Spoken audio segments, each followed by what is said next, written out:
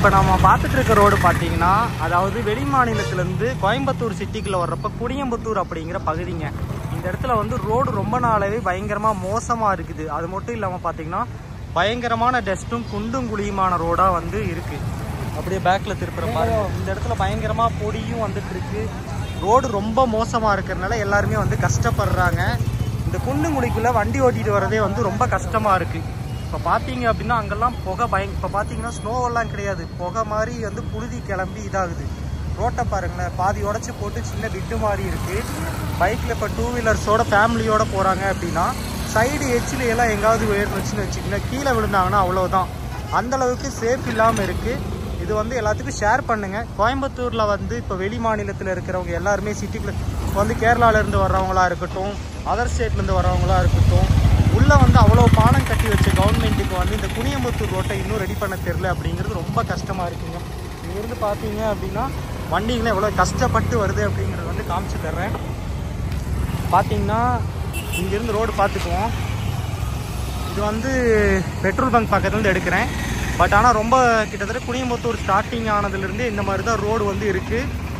புதுசாக மேம்பாலமெல்லாம் சூப்பராக கட்டியிருக்காங்க. ஆனால் ரோடை சரியாக இது பண்ணதுனால பார்த்தீங்கன்னா பயங்கர கூட்டம். இங்கே பாருங்களேன்,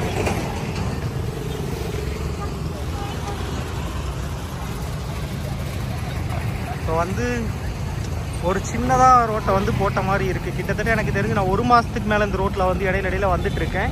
இன்னுமே இந்த ரோடு அப்படிங்கனால ரொம்பவே கஷ்டமாக இருக்குது. ஃபேமிலியோட போகிறவங்கெல்லாம் ஜஸ்ட்டு ஸ்லிப்பாகி கீழே விழுந்துட்டாங்க அப்படின்னா கூட பார்த்திங்கன்னா ஆக்சிடென்ட் கூட ஆகிறதுக்கான சான்ஸ் இருக்குது. இதில் வர்ற பஸ் எல்லாமே எப்படி சொல்கிறது, இந்த ரோட்லேயே வந்து எனக்கு லாஸ்ட் வீக்கில் வந்து ஆணி ஏறி என் வண்டி வந்து பஞ்சர் ஆயிடுச்சு. வண்டி டயரே மாற்றுற அளவுக்கு போயிடுச்சுங்க.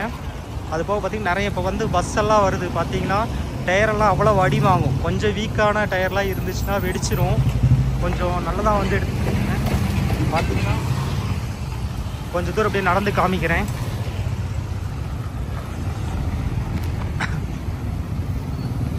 இதுதான் கோயம்புத்தூரோட என்ட்ரி. இப்போ பாலக்காட்டிலேருந்து யாராவது வர்றோம் அப்படின்னா உக்கடத்துக்கு போனோம்னாலும் சரி, இங்கேருந்து பிற பகுதிகளுக்கு கோயம்புத்தூர் சிட்டிக்குள்ளே வரணும் அப்படின்னு வர்றோம் அப்படின்னா இந்த வழியாக தான் வந்து இந்த ரோட்டில் தான் வந்து எல்லோரும் வந்தாகணும். பார்த்திங்கன்னா ரோடு இன்னுமே இந்த ஏரியாவில் ரொம்ப மோசமாக இருக்குது. இது எந்த நியூஸ் சேனலுமே வந்து காட்ட மாட்டேங்கிறாங்க. குனியம்புத்தூர் சைடு வந்து கொஞ்சம் ரோட்டை வந்து கொஞ்சம் நியூஸ் சேனல்ஸ்லாம் காமிங்க. சமூக அக்கறை உள்ள எல்லாருமே வந்து இதுக்காக குரல் கொடுங்க. ஏன்னா ஆக்சிடெண்ட் வர்றதுக்கு முன்னாடியே நம்ம தடுக்கணும்.